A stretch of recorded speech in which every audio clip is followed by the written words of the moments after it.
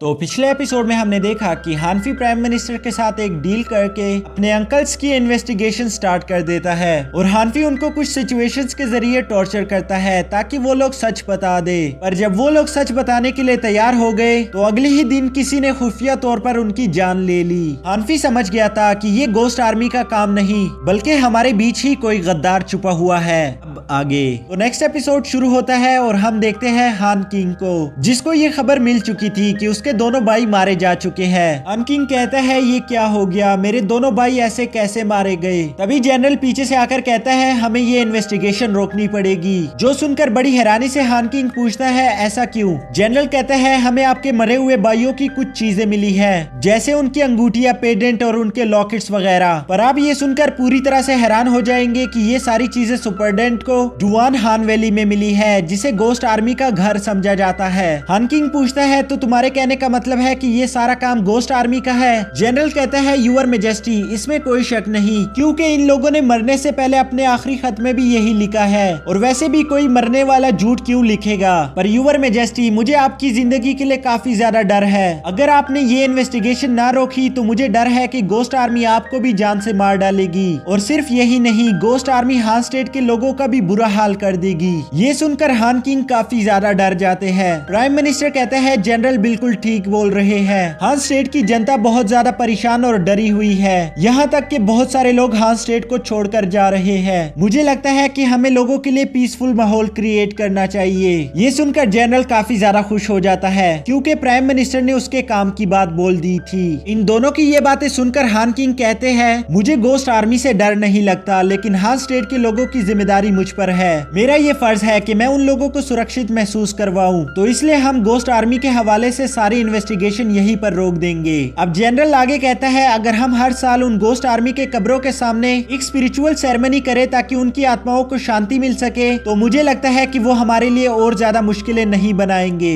ये सुनकर हान किंग उसके साथ एग्री हो जाते हैं। प्राइम मिनिस्टर कहते हैं तो ये तय हुआ, हर साल स्पिरिचुअल सेरेमनी जनरल उनके कब्रों के सामने अरेंज करेंगे। हान किंग जनरल से कहता है अगर तुम्हारी स्पिरिचुअल सेरेमनी की वजह से यहाँ पर अमन कायम हो गया तो मैं तुम्हें इसका बहुत बड़ा इनाम दूंगा। अब तुम लोग यहाँ से जा सकते हो। वो सब लोग हान किंग से रुखसती लेकर वहाँ से चले जाते हैं। अब नेक्स्ट सीन में हम देखते हैं कि प्राइम मिनिस्टर हानफी से कह रहा था कि तुम्हें अब वो मिसिंग गोल्ड नहीं ढूंढना चाहिए, वरना इससे तुम्हारी जान खतरे में आ जाएगी। और प्राइम मिनिस्टर आगे कहते हैं कि हमारी डील हुई थी कि अगर तुमने वो मिसिंग गोल्ड ढूंढ दिया तो मैं तुम्हें मिनिस्टर ऑफ क्रिमिनल जस्टिस बना दूंगा। अब गोल्ड नहीं मिला तो इसलिए तुम्हें भी मिनिस्टर ऑफ क्रिमिनल जस्टिस की पोस्ट से हटा दिया जाता है, लेकिन ये डील अब भी ऑन है, जैसे कि मैंने वादा किया था। अगर तुम कभी भी वो गोल्ड ढूंढ कर ले आए तो तुम्हें मिनिस्टर ऑफ क्रिमिनल जस्टिस बना दिया जाएगा। जायफेंग अपने दादा अब्बू को समझाने की कोशिश करता है कि वो हानफी के साथ गलत कर रहे हैं, लेकिन प्राइम मिनिस्टर उसकी एक बात नहीं सुनते और कहते हैं अभी मुझे चलना चाहिए।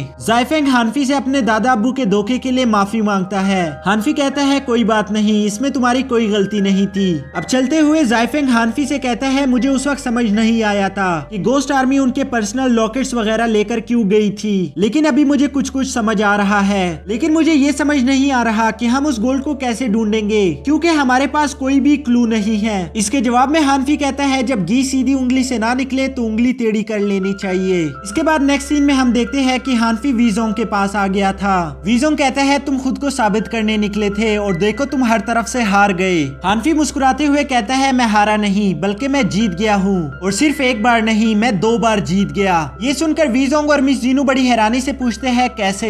हानफी कहता है मेरी पहली जीत तो ये हुई कि जायफेंग मेरा वफादार दोस्त बन गया है जो कि फ्यूचर में मेरे लिए कुछ भी करेगा, और दूसरी जीत ये हुई कि मुझे शक हो गया है कि इसके पीछे जनरल का हाथ है। अब जनरल को लगेगा कि वो जीत चुका है क्योंकि सारा पासा उसकी तरफ पलट गया है, इसलिए वो अपना गार्ड डाउन कर लेगा। पर ये वही वक्त होगा कि असली बाजी मैं ले जाऊं। मिस जीनू कहती है तुम दिखते बेवकूफ हो लेकिन हो नहीं। ये सुनकर हानफी कहता है शुक्रिया मेरी तारीफ करने के लिए, लेकिन तुम्हें मेरा एक काम करना होगा, तुम्हें मेरे लिए उस असैसन का शिकार करना होगा जिसने मेरे अंकल्स को मारा। मिस जीनू कहती है इस शहर में बहुत सारे असैसन्स हैं, लेकिन उन सब में से फेमस 2 असैसन्स हैं, जिनमें से एक का नाम मोया और एक का नाम बायफेंग है। वो दोनों ही इस वक्त जनरल के गुलाम है। ये सुनकर सबको और भी ज्यादा यकीन हो जाता है कि ये सारा के सारा काम जनरल का है। दोस्तों यहाँ शायद आप लोग एक बात सोच रहे होंगे कि किन मून में तो बायफेंग वीजोंग के लिए काम करता है, फिर वो यहाँ जनरल का गुलाम कैसे हुआ। तो दोस्तों दोस्तों मैं आपको बताना चाहता हूँ कि बाइफेंग पहले जनरल का गुलाम था, जो कि आगे एक बहुत ज्यादा इमोशनल स्टोरी के साथ खुद को जनरल से आजाद करवा लेता है और तब जाकर वो हानफी और वीजोंग की टीम ज्वाइन कर लेता है। यहाँ वीजोंग हानफी से कहता है कि तुमने बहुत सारे अंदाजे लगा लिए, लेकिन क्या तुम्हें यकीन है कि इस अंदाजों की बुनियाद पर तुम्हें वो सोना मिल जाएगा?